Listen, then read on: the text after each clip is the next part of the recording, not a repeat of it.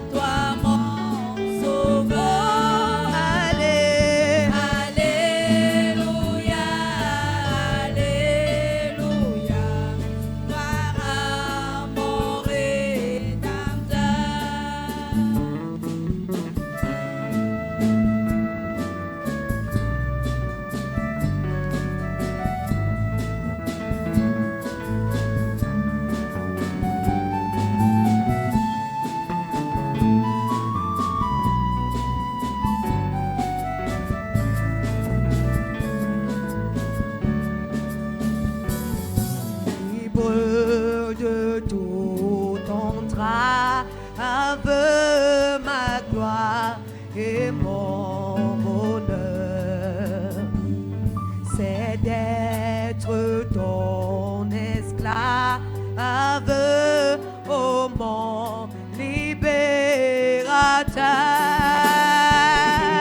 Alléluia, Alléluia. Gloire à toi, Mon Sauveur.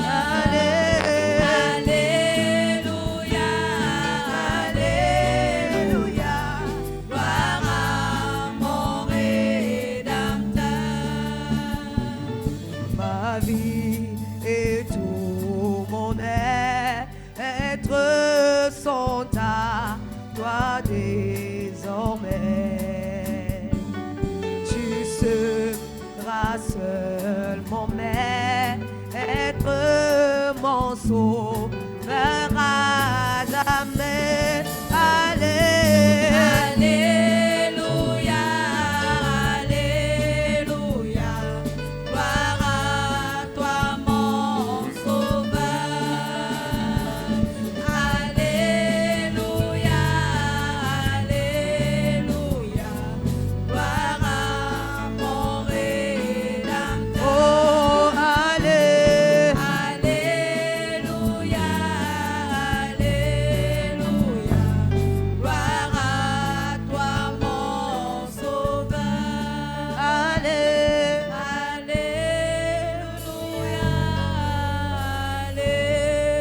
Alléluia, gloire à mon Rédempteur. Est-ce que tu peux pousser des acclamations, ovationner l'Éternel ce soir, qui nous réunit et qui nous rassemble de l'horizon, de l'est à l'ouest, du nord au sud, car nous savons cette émission internationale. Ce soir, vous aurez donc l'occasion de nous dire depuis où est-ce que vous nous regardez et écoutez. Bien-aimés, rendons grâce à l'Éternel et disons-lui merci. Dis merci à l'Éternel d'où tu es, car l'Éternel fait de grandes choses dans nos vies.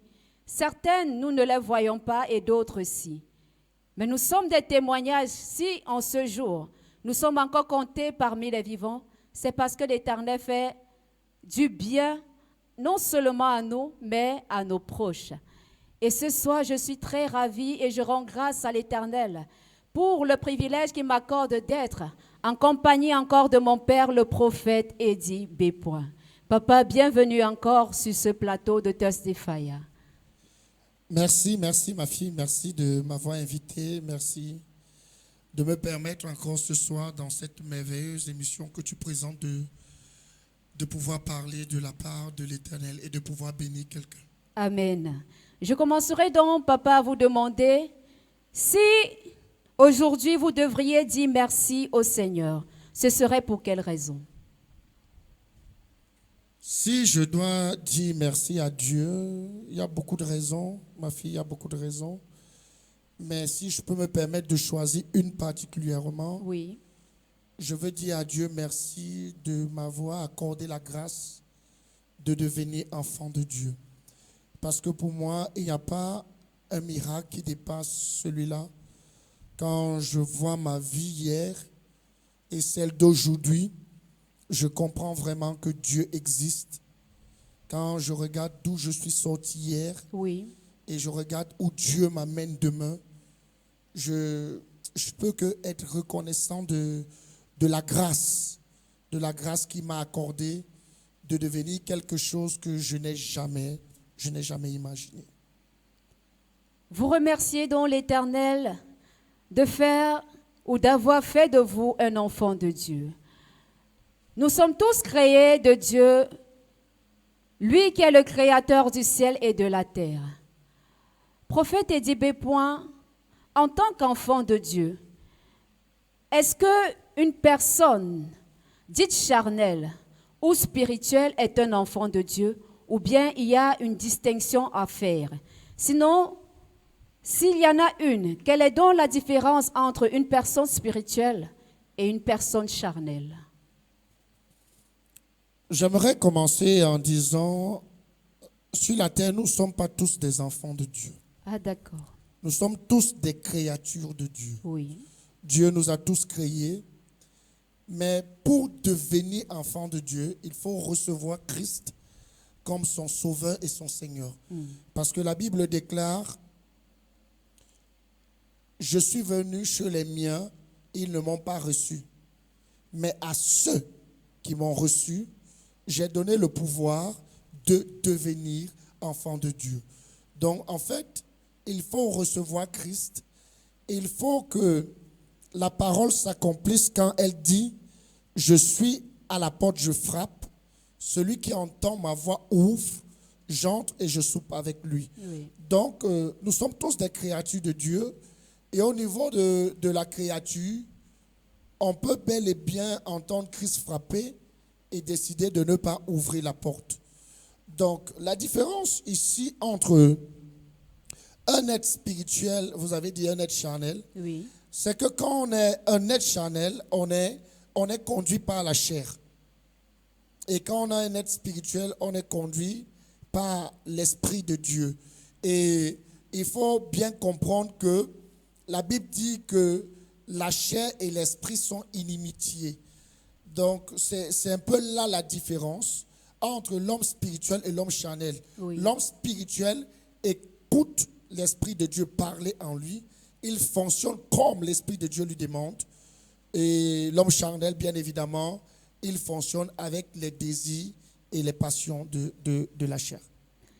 Merci, prophète. Bien-aimé, je crois que de là où tu es, tu as noté la différence qui existe entre un homme spirituel et un homme charnel.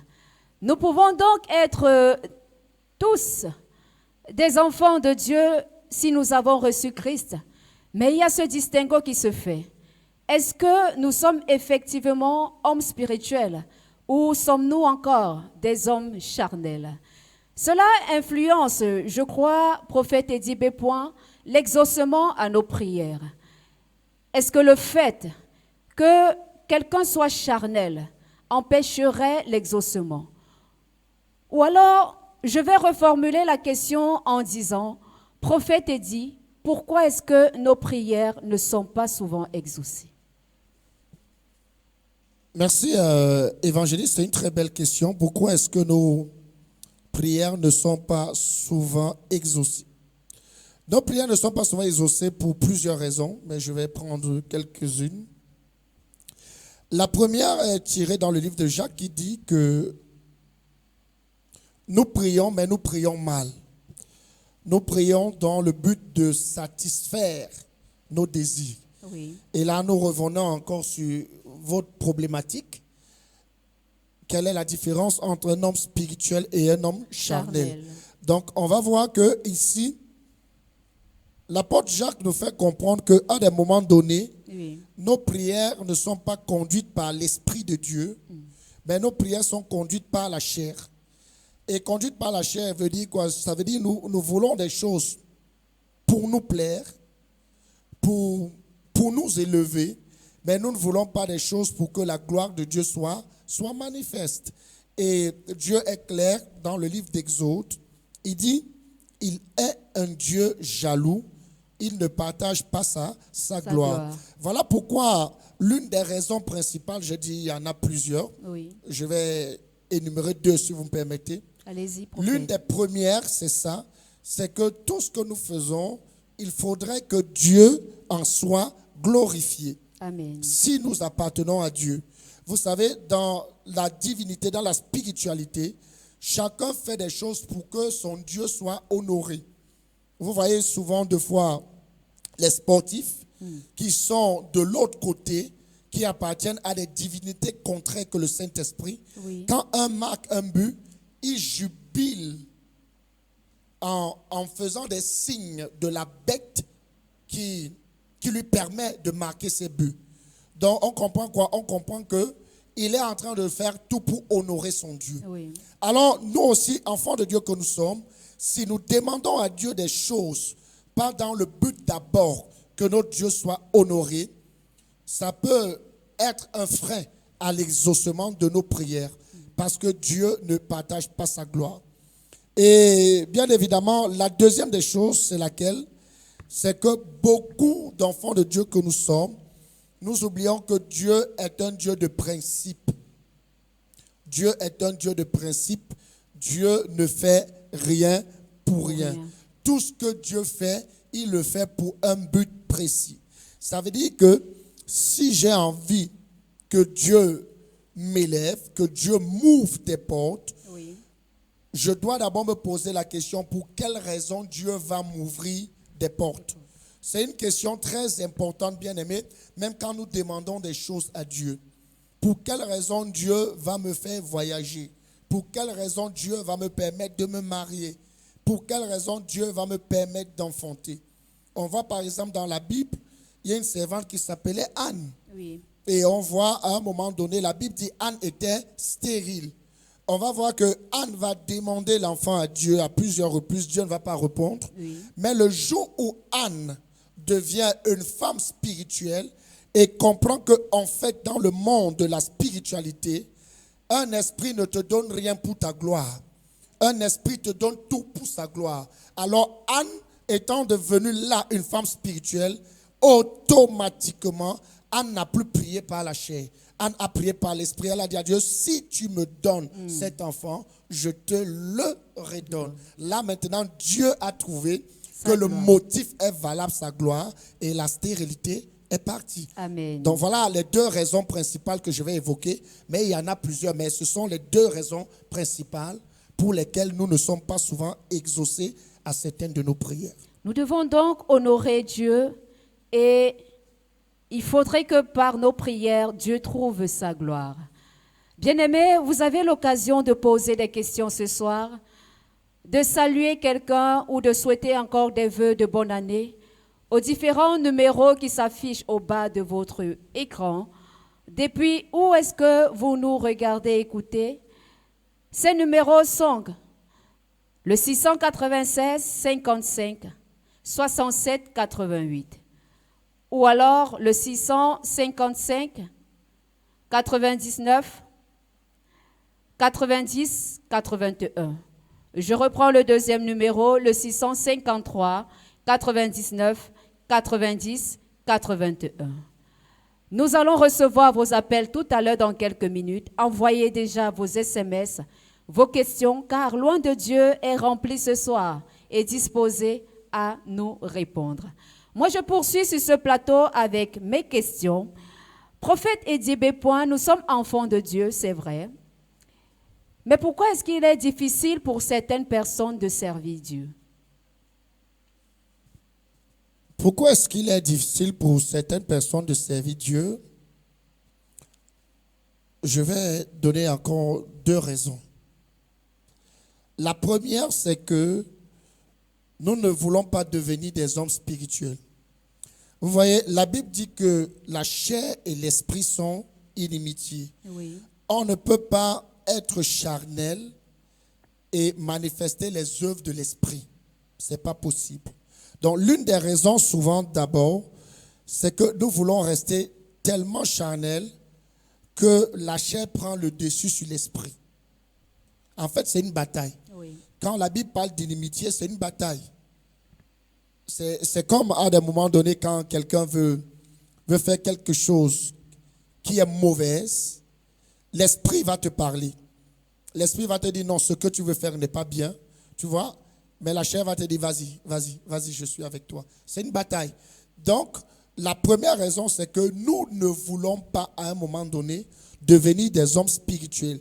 Nous voulons rester dans des choses inutiles, je vais les appeler inutiles, Oui. des choses qui plaisent à notre chair, des choses qui donnent une satisfaction à notre chair, sans pour autant comprendre que nous sommes des passages sur terre, tout est vanité, qu'un temps même la chair va se fatiguer. C'est la première raison. Et la deuxième raison, c'est laquelle? C'est que, en fait, il est difficile pour beaucoup de personnes de servir Dieu à cause de notre égoïsme. Nous sommes égoïstes à des moments donnés. Nous voulons notre propre gloire. Nous ne voulons pas la gloire de Dieu. Et ça nous empêche de servir Dieu. Parce que quand tu sers Dieu en esprit et en vérité, tu vas comprendre que la gloire revient à Dieu. Vous voyez, mais quand nous sommes des gens que nous voulons des honneurs, nous voulons la gloire, et que la gloire ne nous est pas due, à un moment donné, ça va nous décourager. Oui. C'est pour ça que vous pouvez voir souvent certaines personnes dans des assemblées, quand quelqu'un rend ministère, il sert Dieu, et que par exemple, loin de Dieu, ne l'apprécie pas, il va dire qu'on ne voit pas mon travail. Des fois, il va quitter l'église et partir, oubliant qu'il est en train de servir quelqu'un qui voit là où l'homme ne voit pas. Donc, vous voyez, le plus souvent, c'est ça. C'est que nous voulons la gloire humaine. Et quand Dieu la bloque, parce qu'il est le Dieu qui mérite toute la gloire, on va se retirer. Et vous voyez un peu que c'est la différence avec ceux du monde. Ceux du monde, c'est quoi? C'est que quand tu arrives en premier, Satan te présente ta gloire. Vous voyez un peu? Oui. Satan te présente, tu seras un boxeur international, un footballeur international, tu vas jouer dans le Real, tu seras un pasteur d'une méga church, tu seras un pasteur avec des grosses voitures, tu seras bling bling. En fait, c'est ce que le diable te présente d'abord. Oui. Et dès qu'il t'a présenté ça, c'est la même parole avec Jésus. Il dit, si tu m'adores, je te donne tous les royaumes, je te donne toute la richesse. Oui. Tu vois? Or, avec Dieu, ce n'est pas ça. Quand nous venons à Dieu, Dieu ne nous présente pas d'abord la gloire, mais Dieu nous présente le brisement. Quand on vient à Dieu, Dieu nous brise. Or, quand on vient au diable, le diable nous présente la gloire. Vous voyez? Et dans un moment donné, évangéliste, plusieurs personnes ne supportent pas le fait que, quand ils entrent dans le Seigneur, oui, Dieu doit d'abord les briser, les laver, avant de poser des choses devant eux. Et là, ils n'acceptent pas ça. Parce qu'il va dire, j'étais dans le monde, j'étais star, j'étais telle chose. Maintenant, depuis que je suis venu dans le Seigneur, j'ai perdu la visibilité, je préfère retourner.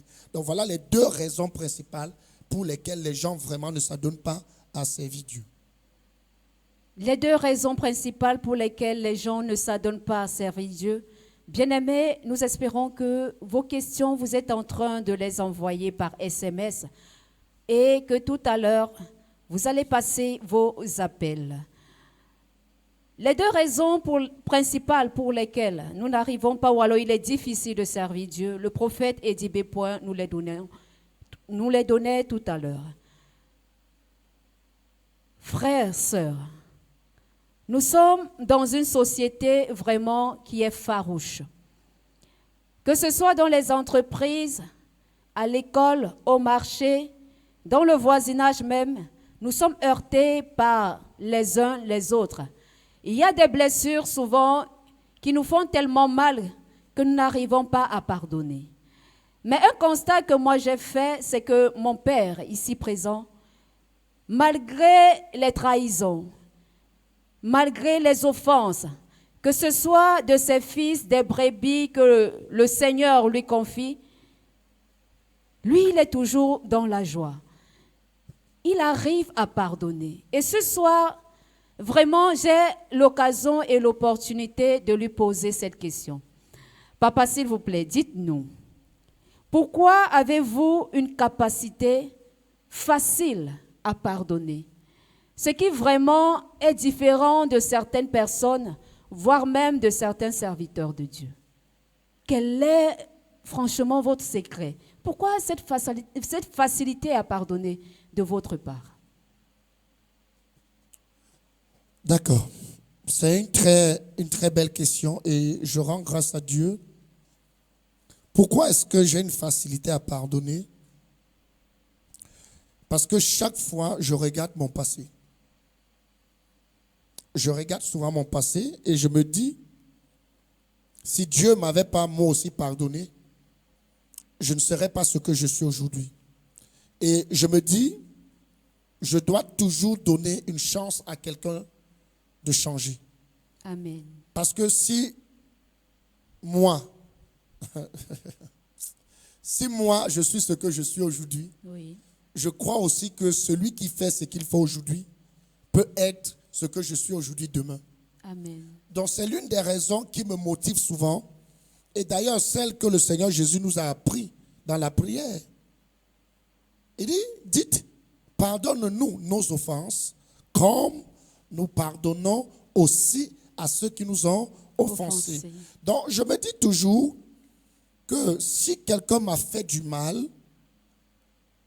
il a été animé par un esprit satanique.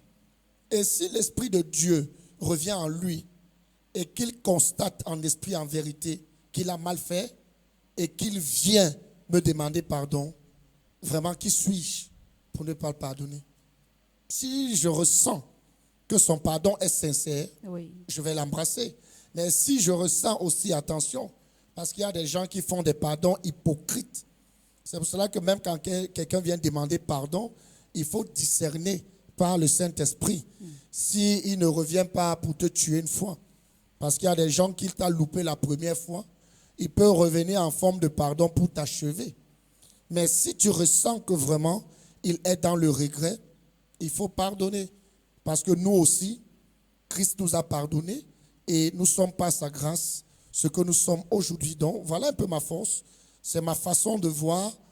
C'est Eddie Drums, comme on m'appelait, Eddie Drums. On m'appelait Jibac, on m'appelait Raymond Kala. Je regarde un peu ces fausses choses que je faisais hier et qu'aujourd'hui Dieu m'accorde par sa grâce de comprendre que ce n'était pas bien. Alors pourquoi ne pas tendre la main aussi à quelqu'un, lui dire, tu peux, j'étais comme toi hier, Oui. et aujourd'hui Dieu m'a fait grâce. Amen. Bien-aimés, si Jésus-Christ nous pardonne, qui sommes-nous pour ne pas pardonner? Déjà que la parole déclare qu'il faut pardonner 7 fois 7. Autant de fois que possible. Alors ce soir, le prophète Eddie Bépoin nous a révélé d'où est-ce qu'il puise cette capacité à pardonner. Bien-aimés, les questions, les préoccupations, des commentaires, des salutations, des vœux, c'est maintenant qu'il faut les envoyer. La minute qui va suivre, nous prenons une courte pause, un rafraîchissement pour nous ici sur le plateau et pour vous, de là où vous nous regardez, et nous nous retrouvons juste après. Que tous les autres noms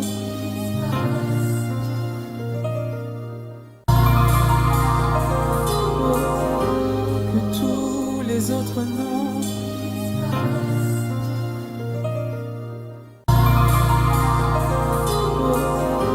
que tous les autres noms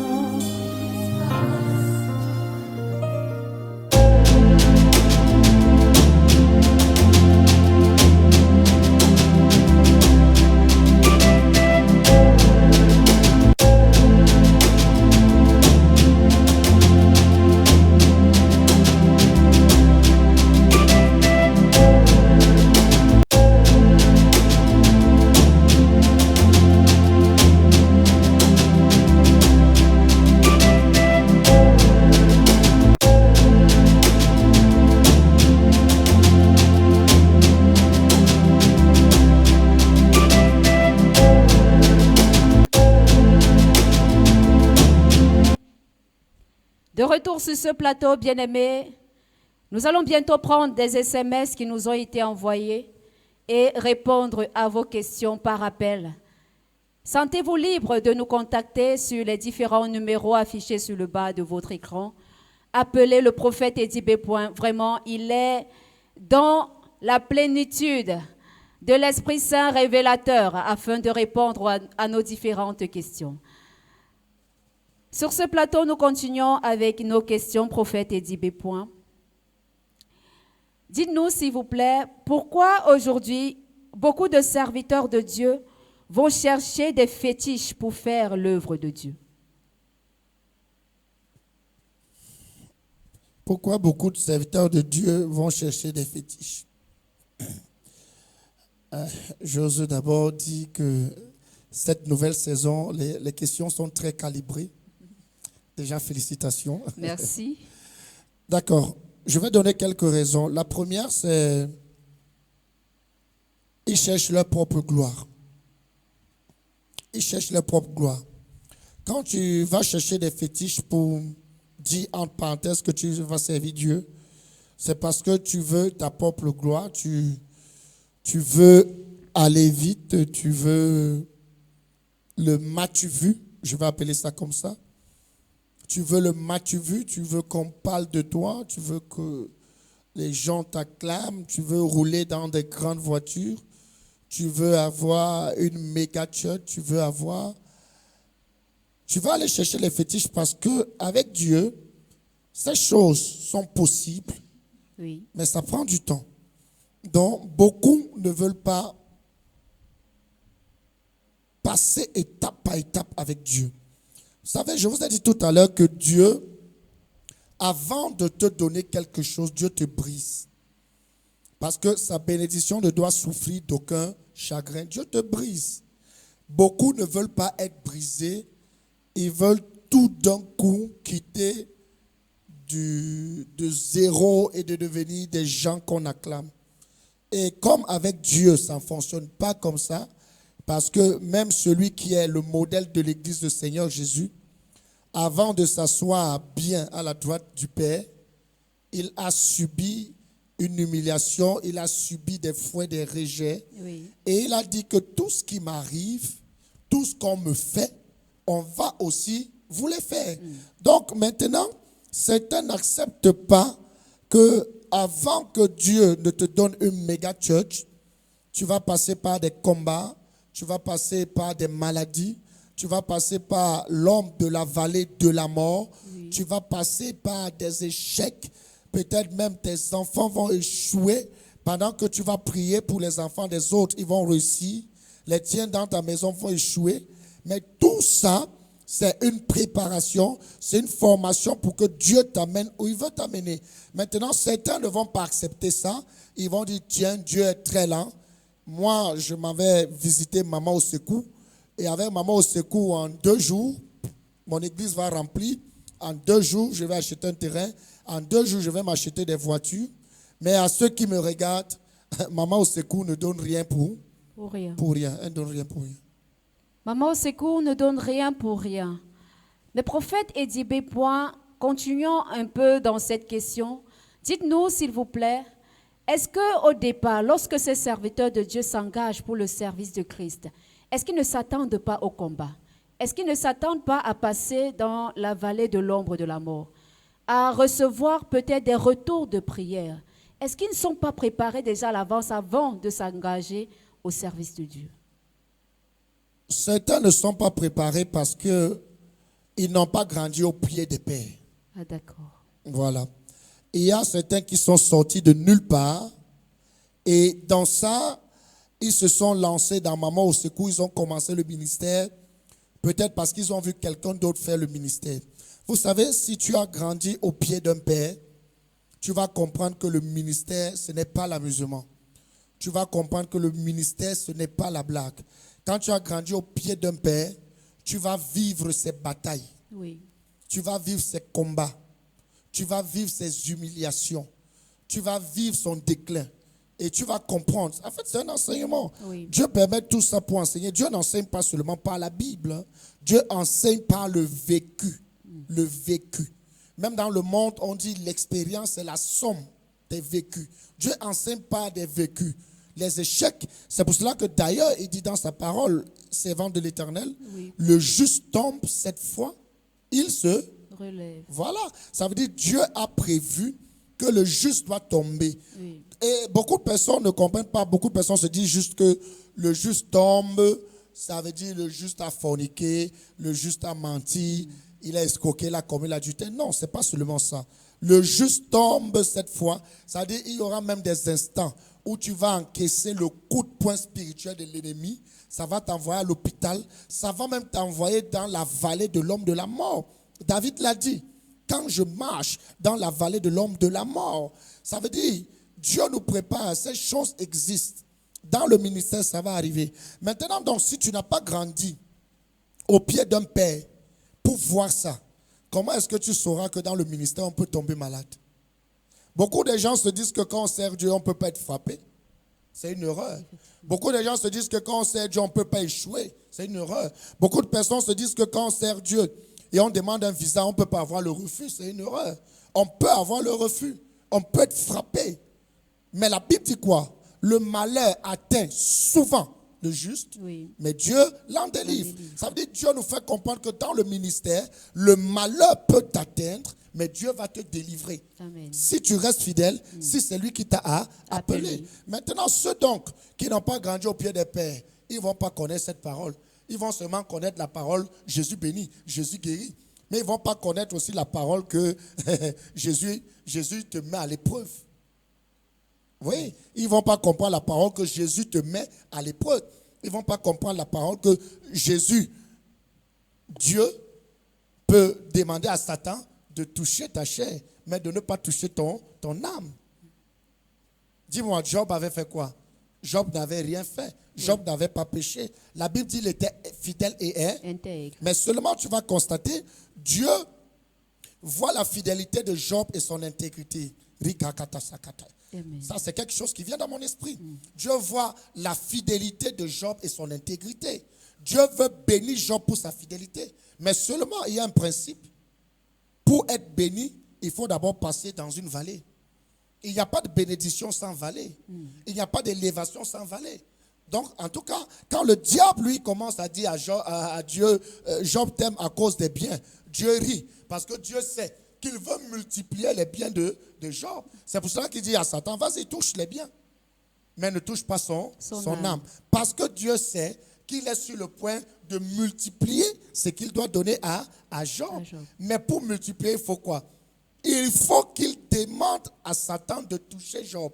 Parce que Job n'a pas péché. Job est fidèle et intègre. Oui. Et là, Satan n'a pas accès à sa vie. Qu'est-ce qu'il faut maintenant? Il faut que le maître des esprits lui donne accès. Il n'y a pas d'élévation sans ça.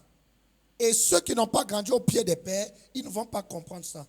Ou alors certains, quand ça va arriver, ils vont jeter l'éponge, ils vont fuir. Si tu es resté au pied d'un père des années, tu l'as vu souffrir, tu l'as vu tomber, tu l'as vu se relever. Le jour que ça t'arrive, tu ne peux pas fuir. Tu vas dire, j'ai vu papa tomber. J'ai vu papa être malade. J'ai vu papa, les médecins dire qu'il va mourir. Mais j'ai vu Dieu le relever. Amen. Donc c'est ça. Il y a beaucoup qui sont des aventuriers aujourd'hui. Ils commencent le ministère parce que Facebook, ils commencent le ministère parce que YouTube, Instagram, ils veulent se faire voir. Ils n'ont pas grandi auprès d'un père. Ils sont nombreux aujourd'hui que si tu poses la question, tu as combien d'années avec ton père spirituel? Tu vas entendre, il n'en a pas. Pour d'autres même, tu vas entendre que c'est 1 an. Et il allait ouvrir l'église, c'est un amusement. Hein? C'est de la blague. C'est de la blague évangéliste. Le travail de Dieu, ce n'est pas un travail d'amusement. C'est un travail où tu combats contre les royaumes, les principautés. Tu combats contre les agents des ténèbres. Oui. Les hommes des sectes ésotériques, 12e, 13e, 14e, 17e, 20e temple. Wow. Donc, ce n'est pas l'amusement. Il faut que Dieu te prépare. Dieu ne peut pas envoyer Moïse aller libérer le peuple en Égypte sans faire passer Moïse par 40 ans de désert. Vous savez ce que ça veut dire? Il entraîne Moïse dans le désert 40 années. Quand on parle de désert, vous savez ce que ça veut dire? Ça veut dire la souffrance. Ça veut dire qu'il t'emmène dans un endroit où rien n'est rose. Il n'y a pas à manger. Il n'y a pas de succès. Mais c'est là-bas qu'il te faut. Pour que tu deviennes le Moïse demain qui va tendre la verge et que ton nom va rester dans sa parole, il faut passer dans le désert. Donc voilà l'une des raisons. Les jeunes d'aujourd'hui ne veulent pas apprendre auprès des pères. Ils veulent courir parce qu'il y a Facebook, il y a Instagram. C'est la raison. Beaucoup n'arrivent pas à tenir ferme avec le Christ, avec Dieu, et s'en vont chercher d'autres puissances. Et ce soir, le prophète Eddie Bépoint dit que l'une des causes, c'est parce que beaucoup de serviteurs de Dieu n'ont pas été au pied d'un père. Prophète Eddie Bépoint, moi j'aimerais vous poser à présent la question, est-ce que le peuple également ne peut pas induire les serviteurs de Dieu à aller chercher des fétiches? Car nous savons que beaucoup de chrétiens, je dirais entre guillemets, vont dans les églises à la recherche de miracles. Ils ont entendu ce prophète, cet homme de Dieu fait des miracles. Ils accourent. Mais à un moment donné, lorsque le prophète, Dieu lui dit, c'est le moment d'enseigner. Car nous savons que Dieu, c'est le Dieu des saisons. Il dit, c'est la saison d'enseignement. Ceux qui cherchaient les miracles partent. Lorsque l'homme de Dieu voit l'église se vider, par exemple, est-ce qu'il n'irait pas donc chercher des fétiches, pensant que peut-être sa puissance de délivrance a diminué, pour pouvoir attirer un grand nombre et faire des foules pleines et des stades? Votre question est très belle et elle est très pertinente. Et voilà pourquoi on va voir dans la parole, même quand Moïse s'en va chercher, sortir le peuple, Oui. qui criait et qui pleurait à Dieu. Mais arrivé dans des temps difficiles, ils ont commencé à dire à Moïse, ton Dieu. Donc, c'était plus leur Dieu. Yes. Vous savez, l'un des dangers de l'Église, c'est quand un appelé de Dieu, un serviteur de Dieu, veut écouter le peuple pour marcher comme le peuple veut. Ce n'est pas le peuple qui m'a appelé. Oui. Je prends mon cas. Ce n'est pas le peuple qui m'a appelé. C'est Dieu qui m'a appelé. Amen. Je marche comme Dieu me dit. Amen. Ce n'est pas le peuple qui me conduit. C'est moi qui conduis le peuple. Si Dieu me dit allez à gauche, on va à gauche. Celui qui ne veut pas, la porte est ouverte. Vous voyez, l'une des choses qui va faire en sorte que nous allons fléchir devant la pression du peuple, c'est le m'as-tu vu. Vous savez, je vais prendre l'exemple sur moi. Je n'ai rien à démontrer à qui que ce soit. Il y a souvent des gens qui arrivent un jour, une de mes filles me dit, il y a ma soeur qui est venue à l'église, elle a fait 2-3 cultes, mais quand on n'a pas prophétisé sur elle, elle a dit qu'elle part parce qu'on parle aux autres, on ne lui parle pas. Dieu n'est pas obligé de te parler. Deuxièmement, Dieu peut même me montrer, mais je ne suis pas obligé de te dire. Dieu peut me montrer, je ne suis pas obligé de te dire. Troisièmement, tu ne viens pas à l'église pour la prophétie. Tu viens à l'église pour te bâtir une intimité avec Dieu. Amen. Maintenant, donc, les faux prophètes, je vais appeler ça les faux prophètes, parce que quand on est faux prophète, on veut prouver. Quand on est un prophète authentique, on n'a rien à prouver. Amen. Ce que tu es, tu connais que tu es ça. Amen.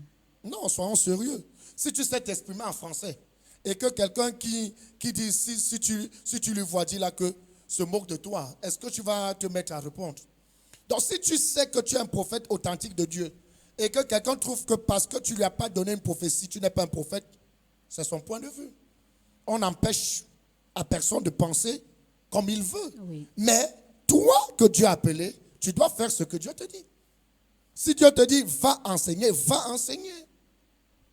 Mais tu vois, comme on veut tellement notre gloire et pas la gloire de Dieu, quand on va arriver, on se dit que c'est en donnant des prophéties qu'on va connaître que nous sommes ce que nous sommes. Non. Et d'ailleurs, je continue à dire, on ne reconnaît pas un prophète par sa qualité de prophétie qu'il donne. Non, ce n'est pas ça. Je prépare par la grâce de Dieu un masterclass. Amen. Où je vais inviter vraiment tout, pas seulement le ministère prophétique et délivrance, mais toutes les communautés qui vont vouloir venir apprendre c'est quoi un prophète. Amen. Je vais enseigner des choses sur ça. On n'est pas prophète parce qu'on prophétise. Non. On est prophète parce qu'on a la capacité d'amener quelqu'un à se bâtir une relation avec Dieu. C'est ça un prophète. Amen. Je ne suis pas ton prophète parce que je prophétise dans ta vie. Mais je suis ton prophète parce que chaque jour qui passe, tu peux constater dans ta vie que tu te rapproches de Dieu. C'est ça un prophète. Le rôle d'un prophète, c'est de t'amener toi-même à écouter la voix de Dieu. Tu vois? Amen. Un prophète donc qui est faux, il va aller chercher maman au secours pour t'impressionner. Oui. Un vrai prophète va t'enseigner pour que toi-même, tu puisses écouter Dieu te parler. C'est ça. On n'est pas dans le ministère pour prouver, mais on est dans le ministère pour faire ce que Dieu nous a envoyé faire. Alors pour conclure, je pense humblement que si un serviteur de Dieu écoute Dieu qui l'a appelé et n'écoute pas le peuple ne pourra jamais le dérouter. Amen. Si l'homme de Dieu, le serviteur de Dieu écoute et obéit à la volonté de Dieu, le peuple de Dieu ne pourra pas le détourner.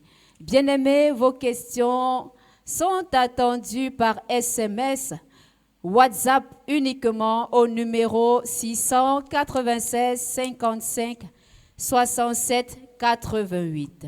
Et nos appels, nous les attendons sur le même numéro orange et le MTN, le numéro suivant, le 653 90, le 653 99 90 81. Oint de Dieu, prophète Eddie B. Nous étions en train de parler du peuple qui peut dérouter l'homme de Dieu. Mais s'il suit la volonté de Dieu, il ne sera pas dérouté. Ceci m'amène à vous poser cette autre question. Pour vous, aujourd'hui, quelle est la plus grande erreur de l'Église en général? La plus grande erreur de l'Église en général,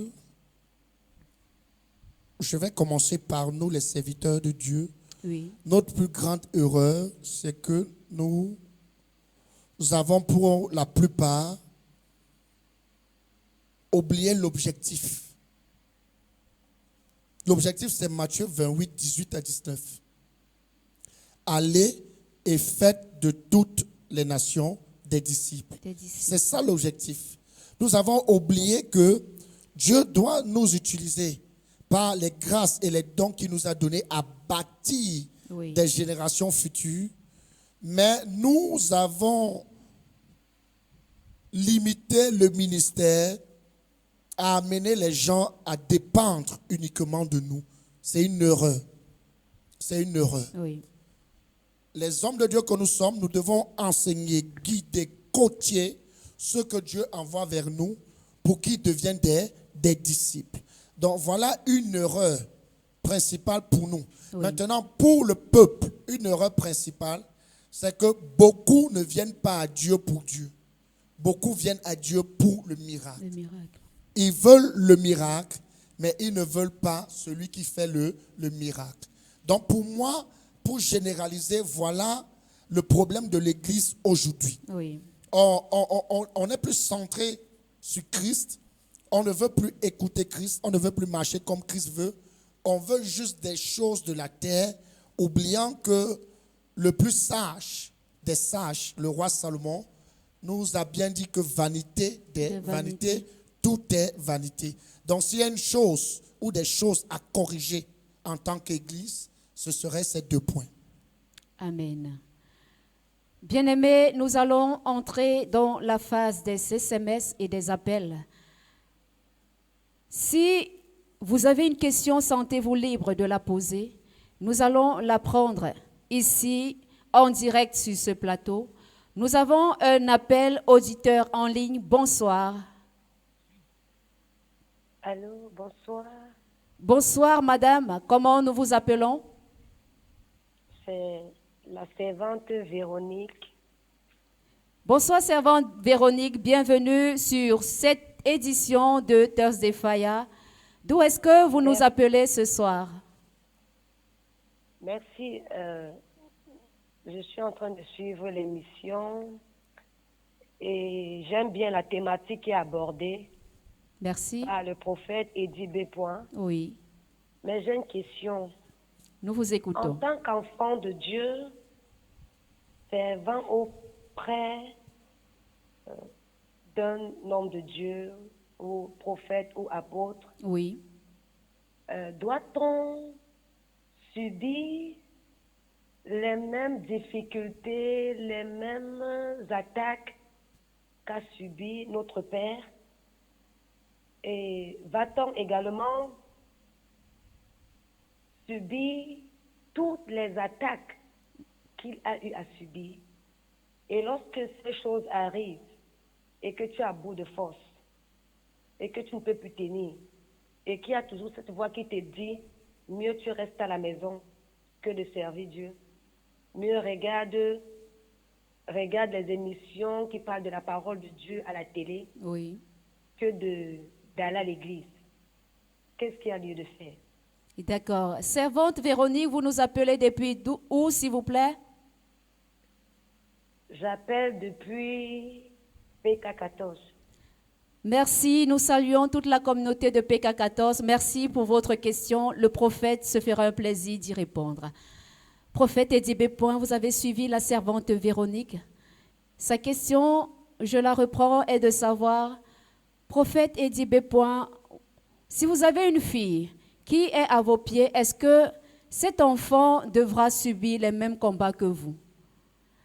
Si oui, elle subit ces combats et elle se retrouve à bout de force.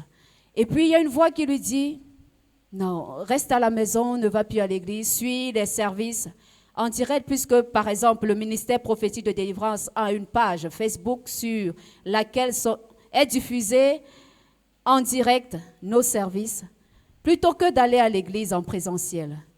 Qu'est-ce que vous lui répondrez? D'accord, je vais commencer par la deuxième question. Oui, Déjà, on reste à la maison pour faire un service à la maison si on n'a pas la possibilité d'arriver dans sa communauté. d'accord. Parce que Dieu, qui sonde les cœurs et les reins, Oui, il voit que tu as envie d'être en présentiel, mais tu ne peux pas, peut-être à cause de la distance, oui, à cause des raisons X ou Y, tu peux être malade et tu ne peux pas. Mais la puissance maintenant, quand tu suis un service à la télé, vient d'où? Vient du mandat et du manteau qui repose sur toi. oui, Ça dit, par exemple, tu es un enfant du ministère pour de délivrance, tu es en train de suivre, comme là, tu es en train de suivre le programme à la maison, oui, parce que tu es enfant de ce ministère et que, c'est un exemple, ce programme n'est pas en présentiel, il est en vidéo, automatiquement, l'ange qui travaille pour l'église va te localiser. amen. Donc, c'est déjà une erreur pour certaines personnes de dire, parce que je suis accablé de situation, je ne vais pas à l'église, je suis le culte à la maison. Non. La Bible dit, dans sa présence, il y a l'onction qui brise le joug. Et des fois, c'est aussi souvent un plan de l'ennemi pour t'empêcher d'être dans la présence de Dieu. Parce que dans la présence, on se recharge. Quand tu peux arriver en présentiel dans ta communauté, il faut arriver. Amen. Quand tu ne peux pas, tu es connecté au mandat et au manteau qui repose sur ta vie. Et même à distance, Dieu va agir. Amen. Maintenant, pour l'autre question, qui est une question très forte, je veux d'abord répondre en prenant la parole de Dieu. Celui qui est le maître de l'Église, qui est le Seigneur Jésus, Oui, a été clair dans sa parole. Il a dit, ce qu'on m'a fait, on va vous le faire. Maintenant, vous voyez, c'est une transposition des manteaux. C'est une transposition. C'est-à-dire, Jésus obtient le manteau de son Père.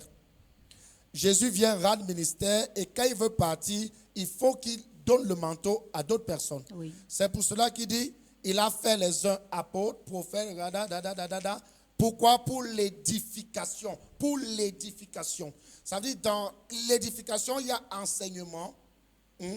Et on comprend pourquoi la parole de Dieu dit, mon peuple périt faute de quoi? De connaissance. Donc, Christ est venu laisser un manteau qui va couvrir après lui. C'est pour cela qu'il a dit, vous ferez ce que j'ai fait et vous ferez plus que ce que j'ai fait.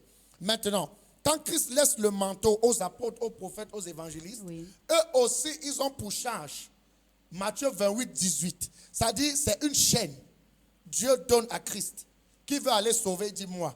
Christ, maintenant, quand il finit, il dit, qui veut aller prêcher? Il dit, moi. Maintenant, vous aussi, quand vous prenez, qui veut devenir disciple? Tu vois? Ça veut dire, c'est un manteau. À chaque génération, il faut un manteau. Donc, maintenant, quand tu es enfant d'un père, automatiquement, tu dois le savoir.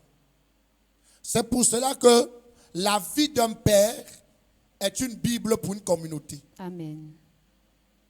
Les choses qui arrivent le plus souvent au père de la communauté sont des enseignements pour la communauté. Amen. C'est pour cela que lors d'un enseignement, j'avais dit, un prophète, c'est un signe. Un prophète, c'est un signe. Oui. Des choses qui lui arrivent, ce sont des signes. Par un prophète, Dieu annonce des saisons. Par la vie d'un prophète, d'un père, Dieu annonce des saisons. Oui. Donc, automatiquement, maintenant, Jésus a dit, ce qui m'est arrivé va vous arriver. Oui. Et Jésus a encore dit, ce que j'ai fait, vous allez faire plus que ça. Regardez, c'est un manteau. Il a dit déjà que pour faire ce que j'ai fait, ou pour faire plus que ce que j'ai fait, soyez prêts que ce que j'ai subi, vous allez les subir. Donc, automatiquement, si tu es un fils ou une fille, et que tu veux, dans ta vie, faire des exploits, comme tu as vu ton père faire, sache qu'automatiquement, il y a des choses que tu vas subir. Peut-être pas les mêmes comme lui, Oui. mais tu vas subir des choses. Si dans son passage, il a subi l'humiliation, sache aussi qu'on va t'humilier. Je poursuis un peu dans la question de la servante Véronique. À ce moment où vous arrivez à bout de force, tellement accablé par ces combats, peut-être par des maladies, des difficultés, qu'est-ce qu'il faut faire? Qu'est-ce qu'il faudrait faire au moment où, sur le parcours, parce que nous sommes enfants d'un père qui vit des combats vraiment difficiles, nous subissons également ces mêmes combats et nous arrivons à un moment donné à baisser, par exemple, dans la foi, à lâcher prise. À ce moment-là, qu'est-ce qu'il faudrait faire? Qu'est-ce qu'il faudrait faire à ce moment? C'est de se rappeler toujours de ce que ton père a vécu. Vous voyez? Il y a une partie à l'église catholique que j'aime beaucoup. Oui. Quand ils donnent leur communion, il dit, vous ferez cela en mémoire de moi. Ça veut dire que tout ce que vous faites là, vous allez vous rappeler de ce que j'ai fait. Oui. Maintenant, on ne se rappelle pas seulement de ce que Christ a fait, mais on se rappelle aussi de ce que Christ a subi. C'est pour cela que, avant qu'ils ne disent que vous allez faire des exploits, ils commencent d'abord par, on va vous faire ce qu'on m'a fait. Donc, quand vous allez vous rappeler en mémoire de moi, vous allez aussi vous rappeler de mes miracles, de mes guérisons, Oui. mais vous allez aussi vous rappeler des chicottes qu'on m'a données. Vous allez aussi vous rappeler des humiliations que j'ai subies. Oui. Je ne sais pas si vous voyez un peu, évangéliste. Oui. Donc, on doit comprendre que pourquoi Dieu nous met au pied d'un père? Dieu nous met au pied d'un père pour avoir un enseignement physique, pour avoir une pratique, Oui. comme on disait à l'école. Parce que la Bible, la parole qu'on enseigne, c'est la théorie. Mais au pied d'un père, on vit la pratique. La pratique. On voit la pratique. Là, ce n'est pas les trucs de la télé. C'est les trucs que tu as vu comment il a été frappé de maladie. Oui. Tu as vu comment. C'est la pratique. Et vous savez, on ne reconnaît pas un ingénieur par son diplôme de théorie. On reconnaît un ingénieur par le terrain. Amen. Si tu dis que tu es ingénieur de pont et chaussée, c'est sur le terrain, quand tu vas construire un pont, qu'on saura que tu es ingénieur. Donc, le plus dur, ceux qui abandonnent souvent dans la foi, observez bien, c'est ceux qui n'ont pas un manteau sur eux. Ils n'ont pas un père. Parce que si tu as un père, même quand c'est dur, tu vas te rappeler que papa a subi ça. Oui. Mais Dieu l'a aidé. Amen. Donc Dieu peut aussi m'aider. M'aider. Voilà. Gloire à Dieu.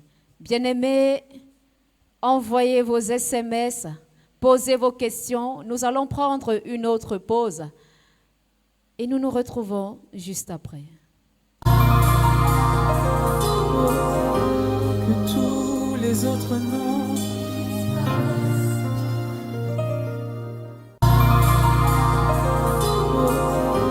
que tous les autres noms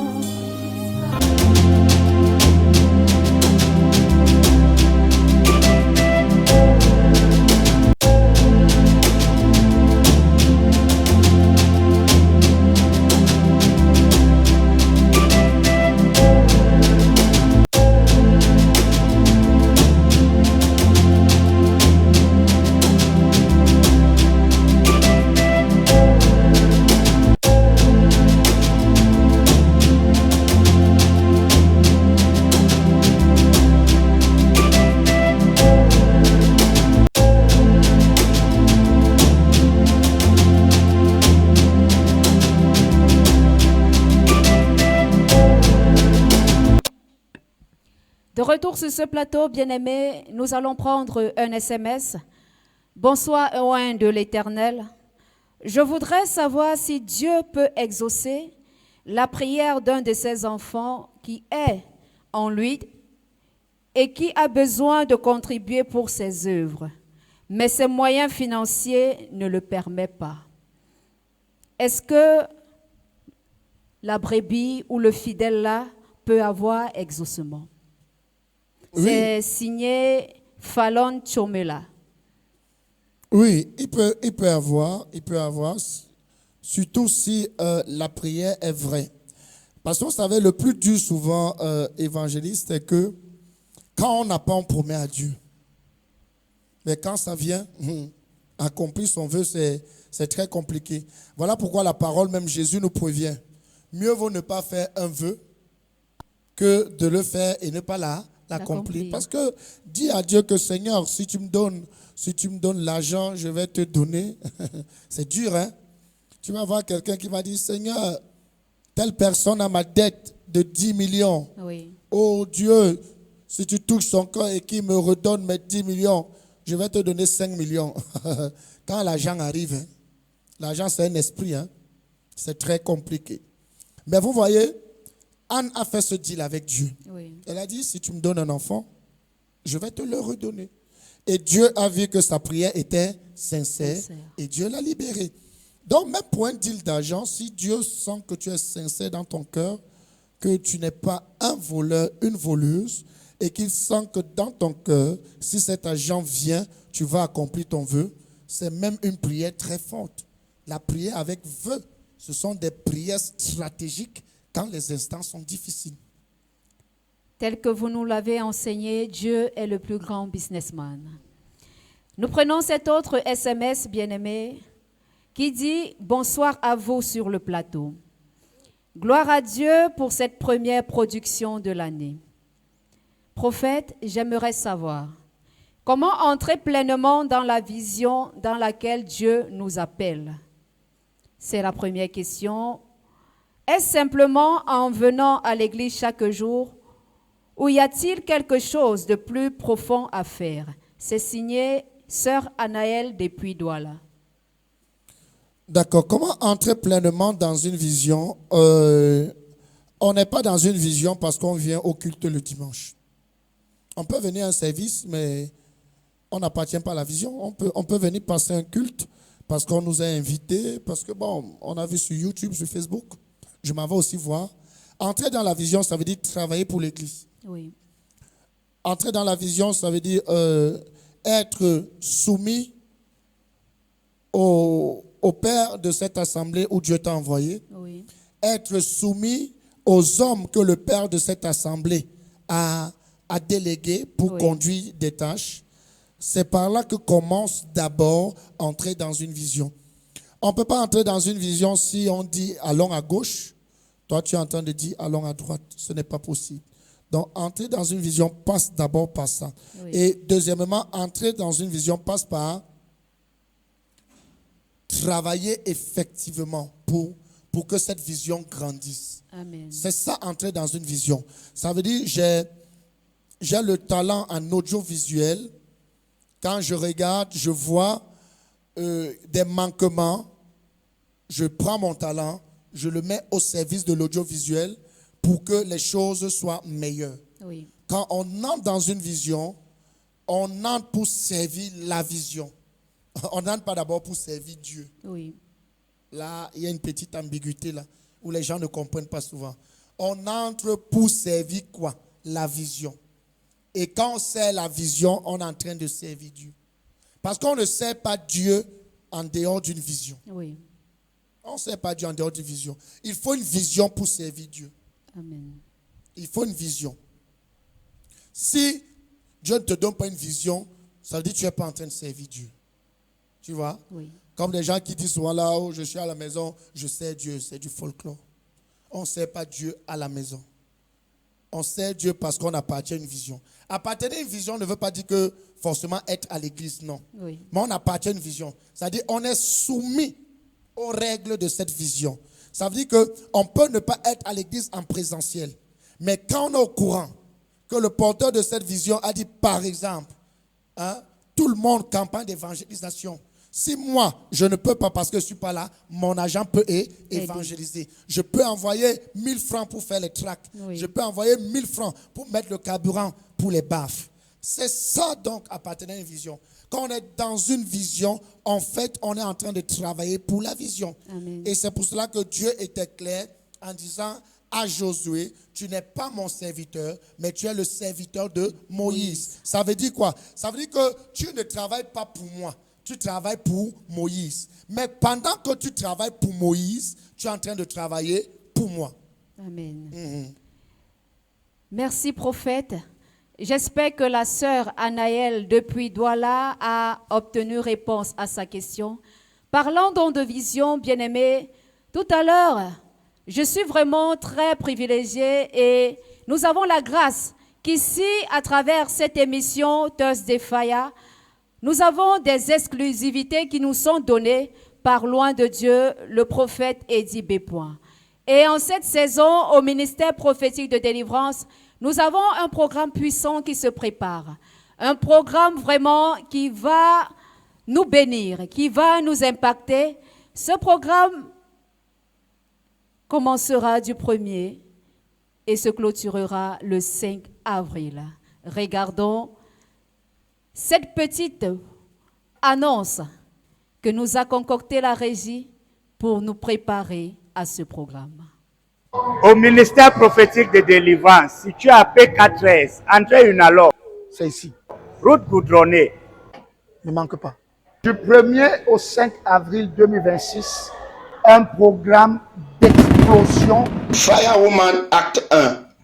Sans la femme, Without a woman, il n'y a pas l'église du Seigneur. there's no the church C'est of the un Lord. programme de 5 jours de puissance où Dieu décide pour hommes, femmes, enfants de venir à sa rencontre afin de profiter du feu dévorant des œuvres des ténèbres et de leur malice. Ce sera du mercredi au vendredi 19h00, samedi en session matinale 10h et le dimanche à 8h30 précise.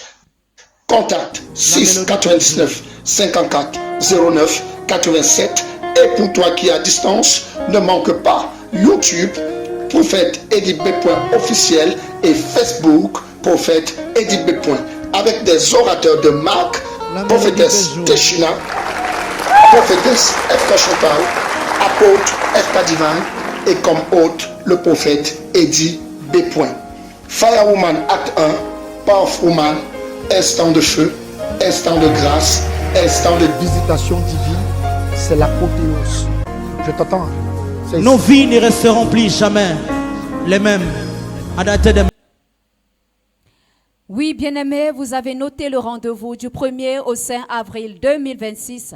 L'Éternel nous fera du bien ici même à PK13, entrée Unalor, route goudronnée, au ministère prophétique de délivrance. Sous la conduite de l'hôte de ce programme, le prophète Eddie B. présent ici même sur ce plateau de Thursday Fire, pour nous en dire encore un peu plus à quoi s'attendre pendant ce programme Firewoman Acte 1. C'est une première au ministère prophétique de délivrance. Oui, c'est une première évangéliste et le Dieu qui nous a appelés, c'est un Dieu des merveilles. Je veux déjà dire à quelqu'un de ne pas manquer ce programme parce que ce sera explosif. Ce sera explosif. Dieu va tellement nous faire du bien au point où chacun va acclamer sa grandeur. Amen. Vous voyez, on a toujours l'habitude d'entendre notre grand programme, Tempête de feu. Oui. Mais cette fois-ci, à côté de Tempête de feu, Dieu a mis encore d'autres programmes parce qu'on a déjà Ouragan de feu. Oui. Oui, mais Dieu a mis aussi maintenant Firewoman. Firewoman. Donc, si nous comprenons bien la façon que Dieu travaille, il nous dit que tous les programmes sont des programmes de feu. Amen. Donc, si Ouragan ne nous a jamais déçus, Tempête, il ne nous a jamais déçus, je le crois fermement que Firewoman, ça sera vraiment du feu. Amen. Et l'Éternel s'est choisi vraiment des invités de calibre. Oui. Ce ne sont pas n'importe qui, ce sont des gens qui aiment le Seigneur, Amen. Gloire à Dieu. qui sont accrochés à Dieu depuis des années, qui ont une base solide de la parole et du service de Dieu. Et je sais que Dieu va nous faire du bien. Amen. Je ne peux que dire à quelqu'un, prépare-toi déjà, prépare ton invité, prépare-toi, viens. N'accuse pas le transport, il y aura des véhicules pour ramener les gens. Amen. Donc tu dois être là, même si tu viens d'aider, il y aura un véhicule qui va te ramener. Donc il n'y aura pas de souci sur ce plan. Il n'y aura donc pas de souci de transport, bien-aimé. Paye ton aller et le ministère prophétique de délivrance se chargera du retour. Nous prenons un SMS. Bonsoir particulier à mon père, le prophète Eddie B. Bonsoir également à tout le staff mis en place pour ce magnifique programme. Une question évangéliste pour notre père. En général, beaucoup de personnes aiment des miracles dans les églises. Comment une église peut prospérer sans ces miracles et peut également attirer les âmes sans ces miracles? C'est signé Asa depuis le Canada. Que Dieu te bénisse et que Dieu bénisse toute la colonie du Canada. Amen. Déjà, Dieu sans le miracle, ça n'existe pas. Parce que Dieu lui-même, c'est déjà le miracle. Le miracle, c'est quoi? C'est quelque chose qu'on ne comprend pas. Oui. Personne ne peut comprendre Dieu. C'est pour cela que la Bible dit, nous devons le chercher en tâtonnant. Oui. Personne ne peut dire qu'il a maîtrisé Dieu. Vous savez, à chaque saison de ta vie, tu vas comprendre que tu n'avais pas compris Dieu. Il y a des moments où tu te dis souvent que j'ai compris Dieu. Après une saison arrive, tu comprends que j'ai encore beaucoup à apprendre. Donc Dieu déjà, c'est un miracle. Et il ne peut pas avoir d'église sans miracle. Ce n'est pas possible. Mais il ne doit pas avoir d'église avec faux miracles. C'est ça le problème. D'accord. Parce que il y a le faux, il y a le vrai. Et Jésus fait des vrais miracles. Oui. Il fait encore. Pas plus tard que pour ceux qui étaient dans notre assemblée dimanche passé, on a suivi un témoignage qui nous a fracassés. Comme j'enseigne souvent en disant que ce que tu n'as jamais vécu, ne discute pas. On a vu quelqu'un qui était mort, authentifié par les médecins, Oui. mais au moment de le mettre à la morgue, Dieu l'a ramené et il est vivant. Donc les miracles, ça existe. Les miracles, il y en a et il ne peut pas avoir d'église sans miracle. C'est pour cela que la Bible dit, voici les miracles qui accompagneront ceux qui auront cru.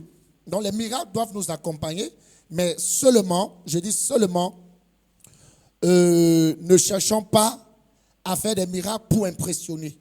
Parce que quand on fait des miracles pour impressionner, la saison où Dieu ne veut pas travailler avec le miraculeux, Oui. on risque d'aller chercher des choses. Parce que ce qu'on doit comprendre, il y a des saisons. Il y a des saisons où Dieu travaille avec le prophétique. Oui. Il y a des saisons où Dieu travaille avec l'enseignement. Il y a des saisons où Dieu travaille avec l'adoration. Oui. Il y a Dieu travaille avec une saison de communion fraternelle. Mais il y a également une saison où Dieu travaille avec la délivrance et le miraculeux. Prophète Eddie B. Permettez, nous prenons cet appel. Auditeur en ligne, bonsoir.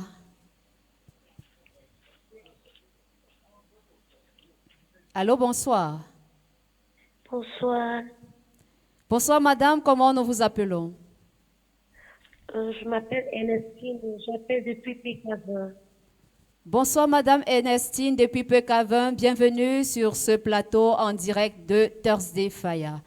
Nous vous écoutons pour votre message. Merci. Depuis, je vous écoute et merci vraiment au prophète Eddie B. Oui. Qui nous parle de la part de Dieu. Mais j'ai une question concernant un phénomène qui se passe à l'église et j'aimerais vraiment que le prophète Eddie nous donne un peu son point de vue. Allez-y. J'ai observé que lorsque nous partons chez les marabouts pour trouver la solution à nos problèmes, oui, nous donnons de l'argent et lorsqu'ils disent qu'ils nous soignent, nous n'avons pas de résultat et c'est un argent perdu. Et lorsque nous venons maintenant à Christ et que Dieu veut nous restaurer, oui, et il nous impose par exemple des sacrifices à faire pour que nous soyons délivrés, oui, nous refusons de donner, mais nous nous retrouvons toujours à aller donner cette même somme d'argent, autant pour moi, chez les marabouts. Alors, ma question est de savoir comment est-ce que le prophète Eddie B. Parvient à comment je vais dire, comment est-ce qu'il parvient à tenir face à ce genre de brebis qu'il a dans son ministère? D'accord. Merci, madame Ernestine depuis Pécavin pour votre question. Restez en ligne sur notre page. Le prophète répond à votre question. D'accord. Ce que je vais dire et qui est d'ailleurs déplorable pour nous, parce que ce que madame Ernestine dit, que Dieu vous bénisse à Pécavin, on a vraiment ce véritable problème. Hier, quand nous étions chez les marabouts, il y avait cette facilité à donner ce que le marabout demandait.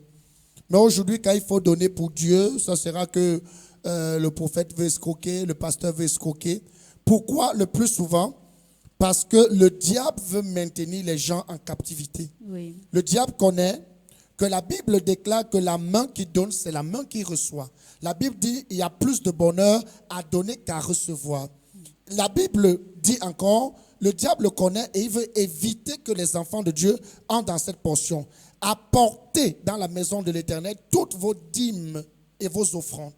Et vous verrez, si je n'ouvre pas les écluses des cieux et si je ne menace pas le dévoreur. Donc le diable sait que si tu apportes ton argent pour l'évolution, pour la gloire de Dieu, lui il sera menacé.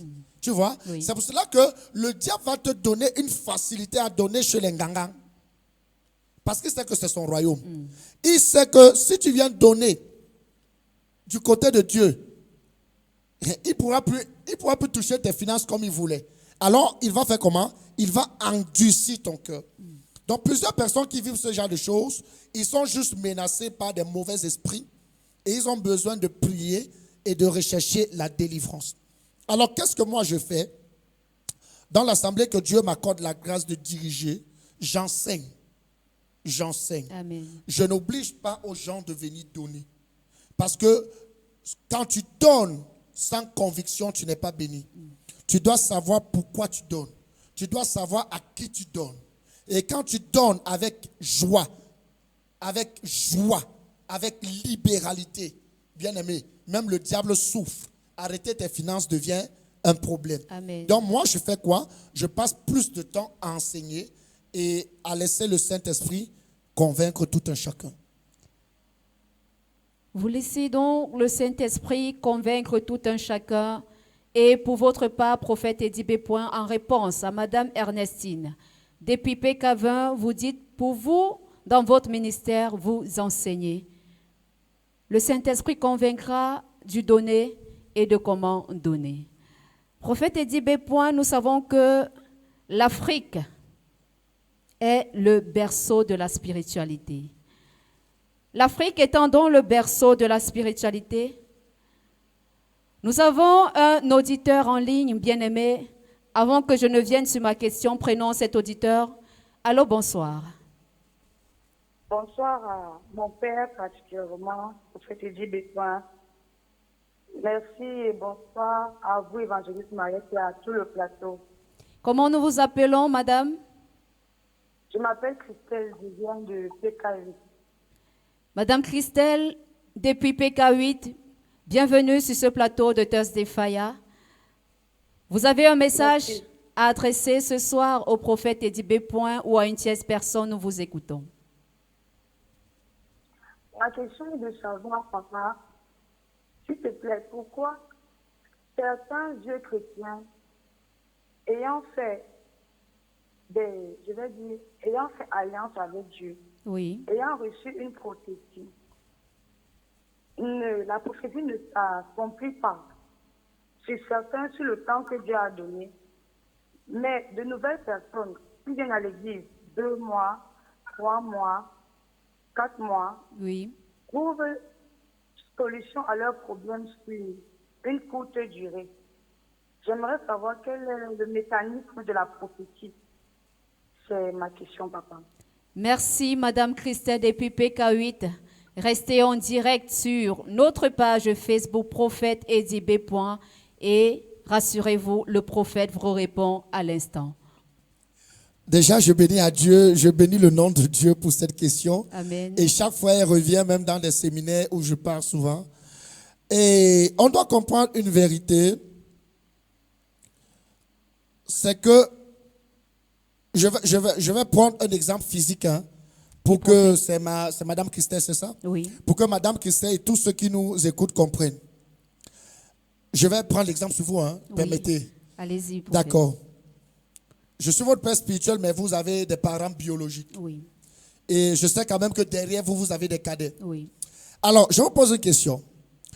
Quand vous rentriez à la maison et que dans la marmite, il restait juste 2 macabos. Oui. On donnait à qui? À toi ou à ta petite soeur ou à ton petit frère? On donnait au petit frère. On disait que moi, j'ai mangé avant. Voilà. On disait que toi, tu as mangé avant. Oui. C'est un principe divin. C'est pour cela que ceux qui viennent d'entrer dans le Seigneur, ils ont plus de facilité à obtenir le miracle que les anciens. Pourquoi? Parce que Dieu sait que les anciens, il les a déjà gagnés. Amen. Dieu, c'est un stratège. Hein? Dieu sait qu'il a déjà gagné les anciens. Quand tu as déjà confessé Christ, il t'a déjà gagné. Mais les nouveaux, le plus souvent, Dieu les attire avec le miracle. C'est donc ça la vérité. Dieu les attire avec le miracle. Parce que plusieurs viennent pour le miracle. C'est pour cela que quand on rentre dans la vie de Jésus, la Bible dit que plusieurs n'ont pas cru à Christ à cause des enseignements. Ils pouvaient bavarder 1000 ans. Oui. Mais plusieurs ont cru à cause des miracles qu'ils ont vus. Donc Dieu utilise ça plus pour les nouveaux pour qu'ils puissent croire. Mais toi, l'ancien, tu as déjà cru. Tu veux encore que Dieu te donne le miracle facilement. Pourquoi? Parce que tu as déjà cru. Tu n'es plus un bébé. C'est pour cela que dans Matthieu 7,7, il y a une différence de 3 échelons. Il y a demandé. Oui. Après, il y a quoi? Il y a demandé, il y a 3 étapes, non? Il y a cherché. Et vous trouverez. Demandez, on vous donnera. Frappez, vous ouvrez. On vous ouvrira. Quand tu cherches, ça veut dire que tu es venu à l'église, tu cherches le miracle. Oui. C'est l'étape des bébés. Quand tu demandes, ça veut dire déjà, tu as déjà eu la nouvelle conversion. Tu sais qu'il faut prier pour demander. Hein? Oui. Maintenant, quand tu frappes, c'est pour les rococos comme nous. C'est-à-dire les rococos comme nous, quand nous sommes déjà dans l'église, on ne demande plus. Il faut frapper. C'est là où il faut imposer la loi. Il faut imposer la règle pour que les choses viennent à toi. Donc, Madame Christelle, sachez que si vous êtes à l'étape 3 des rococos dans la foi, vous n'êtes plus au niveau de chercher, mais vous êtes au niveau de frapper. Que Dieu vous bénisse. Amen. Bien-aimés, il ne nous reste plus que quelques minutes pour fermer cette édition. Je vais vraiment prier la régie et le prophète Eddie Bépoint qui est tellement occupé de nous accorder encore 15 minutes supplémentaires sur le temps alloué pour cette émission, car nous savons que c'est la première édition. Permettons aux internautes qui sont déjà vraiment enthousiastes de prendre acte par cette participation à l'émission, de pouvoir partager avec nous leurs préoccupations. Je disais juste avant le coup de fil de Madame Christelle que l'Afrique est le berceau de la spiritualité. Alors, prophète Eddie Bépoint, pourquoi l'Afrique a échoué et pourtant elle est le berceau de la spiritualité? Bon, pourquoi l'Afrique a échoué étant le berceau de la spiritualité? L'Afrique a échoué sur un plan. Sur un plan, c'est que l'Afrique ne connaît pas que dans la spiritualité, il y a la notion de l'équilibre. Et que Dieu lui-même est un équilibriste. Oui. C'est pour cela que le bien marche avec le mal. Et c'est pour cela que la Bible dit même là où il y a les enfants de Dieu, on trouve aussi les enfants du diable. Amen. Mais chez nous, en Afrique, on a oublié ça. On est resté juste plus à prier. Oui. À prier. Oui. À prier. Mais on n'a pas aussi pris la deuxième option qui est celle d'étudier. Et c'est ce qui manque à notre spiritualité aujourd'hui. Et d'ailleurs, la Bible dit qu'il faut ajouter à notre foi un peu de science. Si ta foi n'a pas un peu de science, il y a problème. Oui. Donc, l'Afrique est restée seulement à intercéder, mais à pas prier. Or, les autres spiritualités, elles mélangent. La Chine est très spirituelle. Ce sont les bouddhistes. Mais ne venez pas mal. À partir de 12 ans, on apprend déjà aux enfants du CM2 en Chine de monter les calculatrices que nous on utilise ici en terminale. Ce sont les enfants du cours moins 2 qui montent ça. Donc, un enfant cours moins 2 qui n'a pas fait son exercice, la punition qu'on peut lui donner, c'est de monter 10 popos. Vous voyez? Oui. Et cet enfant a peut-être 8 ans, 9 ans, 10 ans. Imaginez cet enfant à 20 ans. Vous comprenez? Oui. Voilà où l'Afrique a échoué. L'Afrique est restée seulement sur un plan. Et c'est un problème. C'est un problème. L'Afrique a échoué dans sa spiritualité. Nous-mêmes, l'Église, on a échoué dans notre spiritualité parce que à l'église, on trouve seulement les intercesseurs. À l'église, on doit trouver des médecins, on doit trouver des avocats, on doit trouver. L'église doit être équilibrée. Voilà. Donc moi, je pense que c'est à ce niveau que nous avons échoué et que Dieu nous aide à corriger ça. Amen. Prenons cette fois un SMS d'un internaute qui nous écoute très attentivement depuis le début de cette émission, qui dit bonsoir à tout le plateau, bonsoir à mon père, le prophète Eddie Bépois. Suivant la réponse à la question de la servante Véronique, si j'ai bien cerné, si tu suis le culte à la maison qui n'est pas de ta communauté, tu ne peux pas être localisé ou localisable. Il poursuit avec une autre question disant, si c'est ta communauté et tu es absent sans raison, tu ne peux pas être localisé par le Saint-Esprit. C'est signé l'évangéliste Pascal depuis Bédi. D'accord. Que Dieu te bénisse. Amen. Dieu est un Dieu d'ordre. Dieu n'est pas un Dieu de désordre. Ça veut dire, je vais répondre clairement pour qu'on comprenne. Je prends un exemple. Si tu es enfant du ministère prophétique de délivrance et que le dimanche, il y a culte, et je vais prendre ça comme ça, tu es peut-être hors de la nation. Il y a culte le dimanche. Dieu t'a envoyé au ministère prophétique de délivrance. Et pendant qu'il y a culte le dimanche, tu laisses la page du ministère prophétique de délivrance pour aller suivre le culte dans la page, je ne sais pas, d'une autre congrégation. Dieu ne peut pas te visiter. Arrêtez ça. Dieu n'est pas un Dieu de désordre. Chacun a une terre où Dieu t'envoie. Maintenant, c'est différent. Si vous n'avez pas de programme et que tu te connectes à un service d'une autre assemblée, Dieu peut te visiter. Il y a une différence. C'est comme si, je prends un autre exemple, Dieu te dit d'aller à Ninive, Jonas. Toi, tu décides d'aller à Makak et tu veux quand même que Dieu agisse avec toi. Non, ça ne se passe pas comme ça. Le poisson va te récupérer et t'envoyer à Ninive. Donc, et c'est ce désordre aujourd'hui qui fait en sorte que beaucoup prient et ne sont même pas bénis. Parce que quoi? L'esprit n'est pas focalisé où Dieu les envoie. Dieu est esprit, ma fille. Dieu est esprit. Et ceux qui l'adorent en quoi? En esprit et en vérité. C'est pour cela que vous avez vu maintes fois dans nos services, je viens prier pour quelqu'un, Dieu me le montre dans une assemblée, je lui dis après ce culte, rentre chez ton père. Parce que la personne va perdre le temps là, ce n'est pas son lieu, ce n'est pas son milieu. Donc Dieu peut te bénir si et seulement si et seulement si. Ce n'est pas le même moment. Et comme il faut rester dans la communion fraternelle, tu as bien le droit de suivre un message, une adoration, une prière. Mais tu ne peux pas laisser, si ton assemblée, à ce même moment, est en train de faire un programme, tu dis que tu laisses pour aller te connecter chez les autres, tu es un égaré spirituel. Un égaré spirituel. Wow. Prophète Eddie Bépois, je vais revenir à l'une de mes questions. Cette fois, pour demander, s'il vous plaît, prophète, nous savons que le slogan du ministère prophétique de délivrance est « MPD, l'onction fait la différence ». Entendons par MPD, ministère prophétique de délivrance.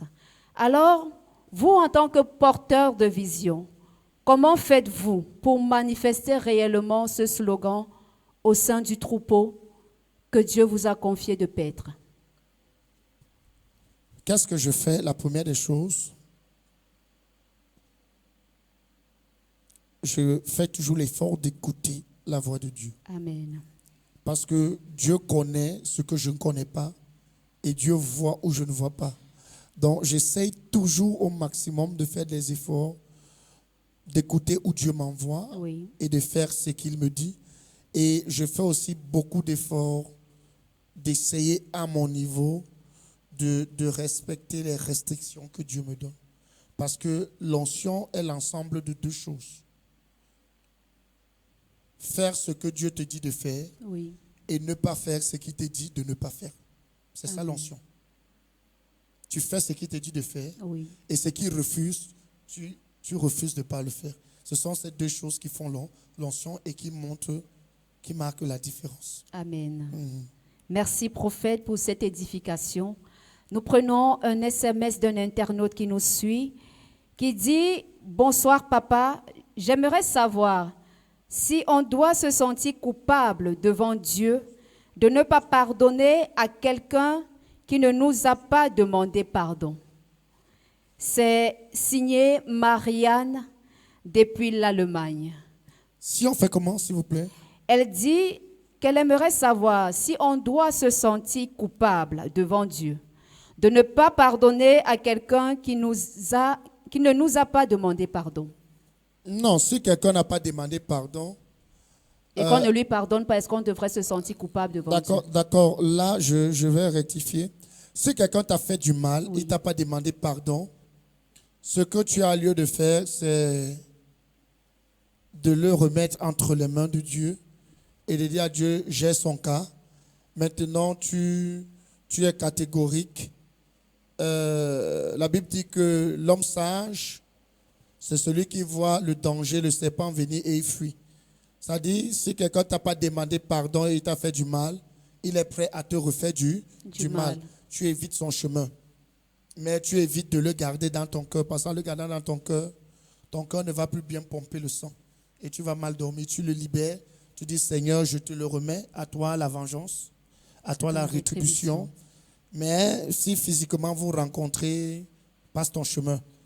N'embrasse jamais quelqu'un qui n'a pas regretté le tort qu'il t'a fait. Ça, je le dis en vous regardant. N'embrasse jamais quelqu'un qui n'a pas regretté le tort qu'il t'a fait. Parce que aussi dans le monde de la spiritualité, il est dit, si un serpent te mord, le scorpion peut te mordre. Voire même le ver de terre. Voire même le ver de terre.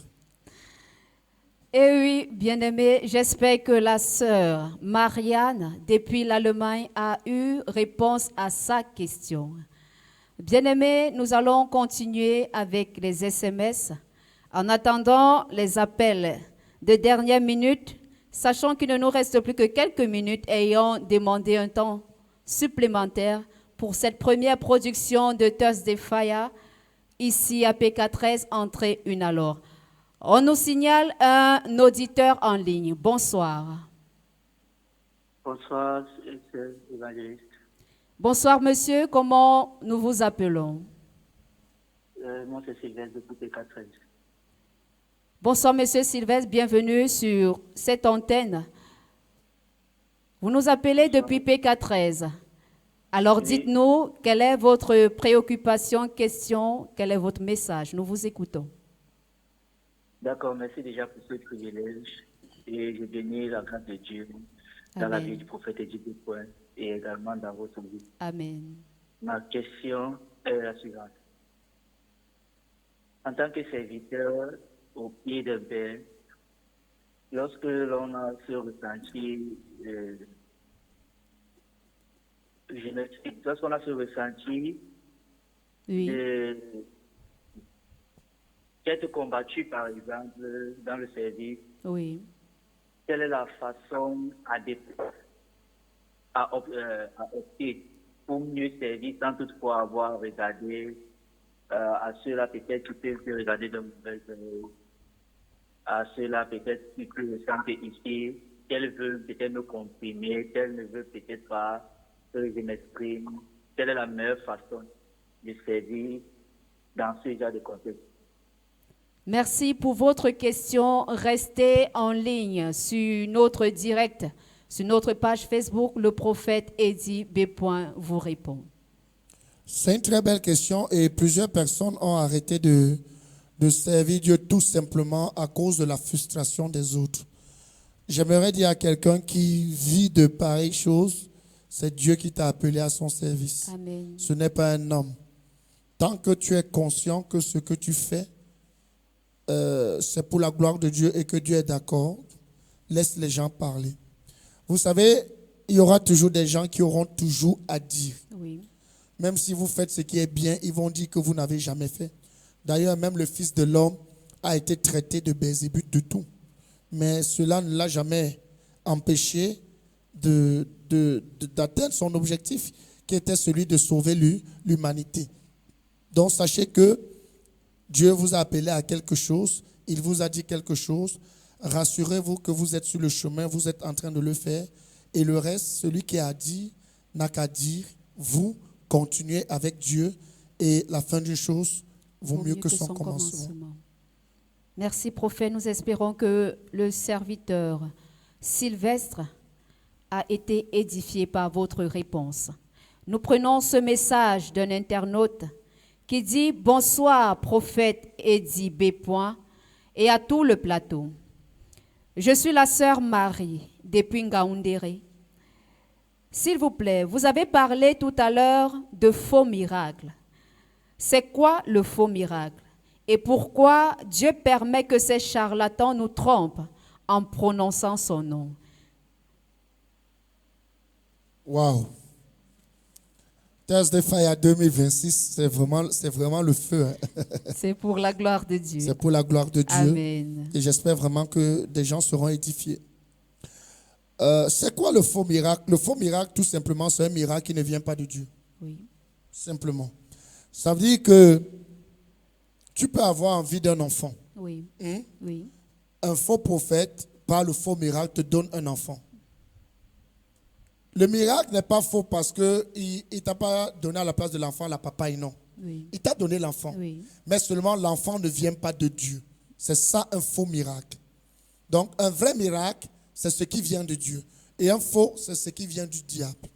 Maintenant, pourquoi Dieu permet que ces charlatans-là œuvrent en prononçant son nom, dans le nom de Dieu? Voilà. Pourquoi il permet? Pourquoi il permet? C'est aussi pour que nous puissions chercher Dieu. C'est pour que nous puissions chercher Dieu. Dieu permet ces choses pour que nous puissions parvenir à la vérité. Parce que, en fait, pour connaître la valeur du vrai bien, oui, il faut tester le faux bien. Pour connaître la valeur de Dieu, il faut d'abord boire les faux miracles. Nous qui sommes dans le Seigneur aujourd'hui par sa grâce et qui nous accrochons malgré les vents et marées, c'est que hier, nous avons goûté les faux miracles. Oui. Et aujourd'hui, en goûtant le miracle de Dieu, on a pu faire quoi? On a pu faire une balance, oui, et comprendre qu'il n'y a pas match. Tu sais, si tu n'as jamais goûté le faux miracle, tu ne pourras pas connaître la valeur du vrai miracle. Le vrai miracle, il est authentique. Amen. Il est pour toujours. Amen. Le faux miracle, on allait chez le marabout, tu as une situation, il te dit, je vais résoudre, tu donnes tes 200 000. Il va résoudre, mais c'est pour 5 minutes. Seulement, l'année qui vient là, le problème s'empire même. Merci, prophète. Nous espérons que la dame depuis Ngaoundéré a eu réponse. Nous avons donc une auditrice en ligne ou un auditeur. Prenons cet appel, prophète, si vous permettez. Bonsoir. Bonsoir. Bonsoir, madame. Bonsoir sur le plateau. Bonsoir à notre papa Eddie. Comment nous vous appelons? Qu'il soit béni abondamment. Amen. Je suis la servante maman Rachel. Oui. Vous nous appelez depuis quel quartier? J'appelle depuis PK13. Oui. Je voudrais savoir comment partir d'homme charnel, oui, à homme spirituel. Parce que je ne comprends pas. Je veux être édifié. D'accord. Merci, maman Rachel, madame Rachel, depuis PK13. Prophète Eddie B. Vous avez suivi la question? Comment partir d'homme charnel à un homme spirituel? Oui. Il faut d'abord que l'homme charnel meure. Si l'homme charnel ne meurt pas, l'homme spirituel ne peut pas prendre la place. Vous savez, si l'homme charnel ne meurt pas, l'homme spirituel ne peut pas prendre le dessus. Et mourir comment? C'est pas aller prendre un couteau et se poignarder, Oui. mais c'est d'accepter les douleurs, les humiliations pour que la gloire de Dieu, par l'Esprit de Dieu en nous, prenne le dessus. Donc, il faut quoi? Il faut d'abord accepter ce que Dieu veut. L'homme charnel ne peut pas mourir si on n'accepte pas ce que Dieu veut. Oui. L'homme charnel ne peut pas mourir si on ne fait pas ce que Dieu veut. L'homme charnel ne peut pas mourir si on ne reste pas dans l'atmosphère de l'esprit. Parce que pour que l'esprit prenne le dessus, il faut que la chair meure. Et la chair meurt comment? C'est en commençant par se séparer des choses qui n'honorent pas Dieu. Amen.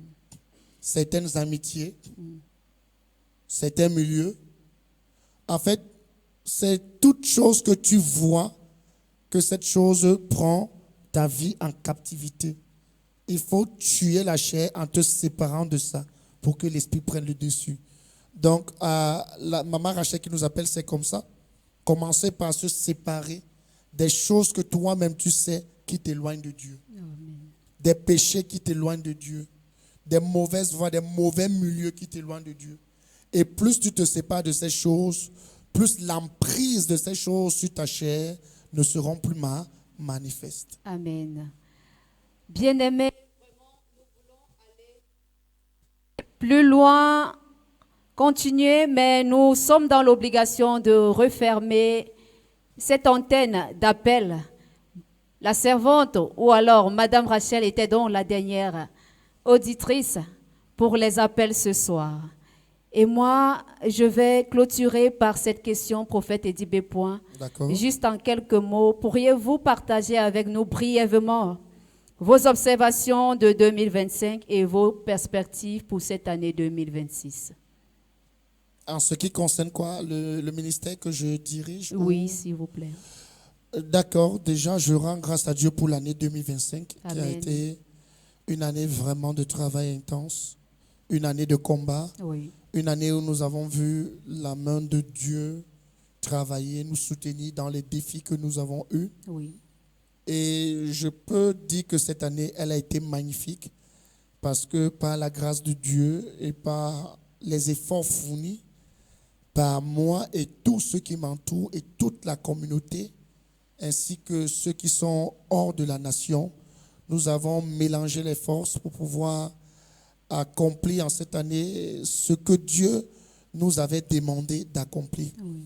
Donc pour l'année 2026, elle est baptisée année de rencontres divines glorieuses. Donc nous croyons en une année où Dieu va encore monter avec son Église, car c'est son Église, je ne suis qu'un intendant. Dieu va monter avec son Église. Dieu va permettre sur le plan individuel à chacun de nous de faire une rencontre divine avec le Saint-Esprit d'abord, parce que même s'il faut faire des rencontres avec des humains, il faut d'abord faire une rencontre avec le roi des rois. Amen. Donc c'est une année vraiment qui est baptisée pour la haute spiritualité, pour que nous quittons du niveau de la chrétienté pour devenir véritablement des maîtres dans la spiritualité. Amen. Je crois que par la grâce de Dieu, nous sommes déjà au 3e mois, nous allons au 4e. Déjà, Dieu nous a accordé la grâce de faire un pas et j'espère que d'ici la fin de l'année, les objectifs seront atteints.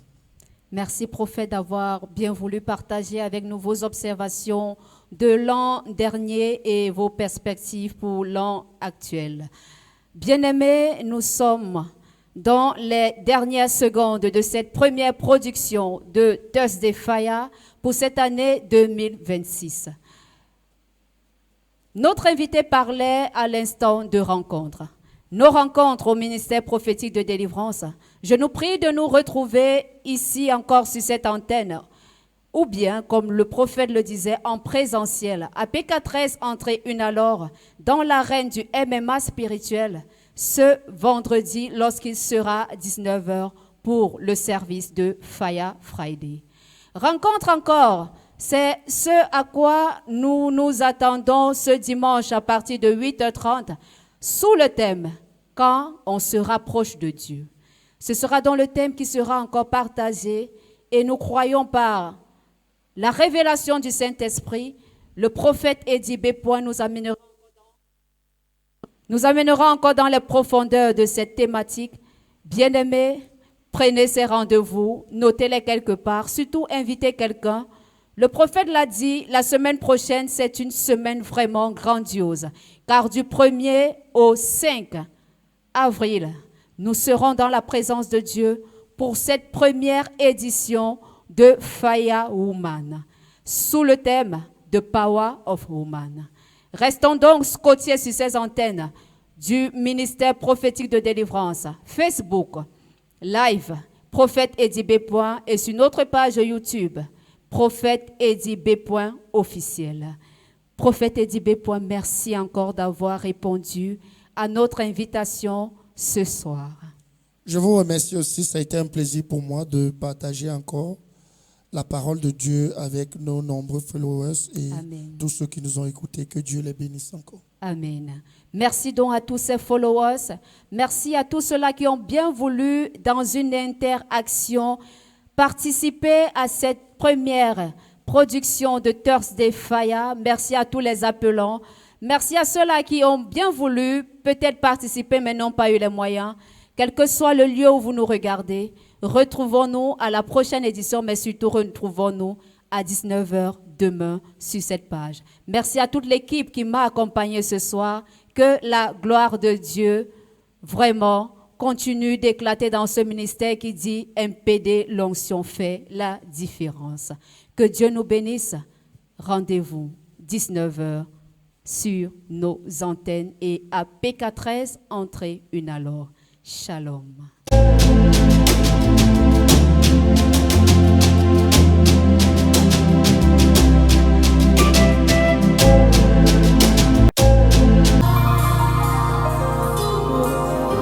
Que tous les autres noms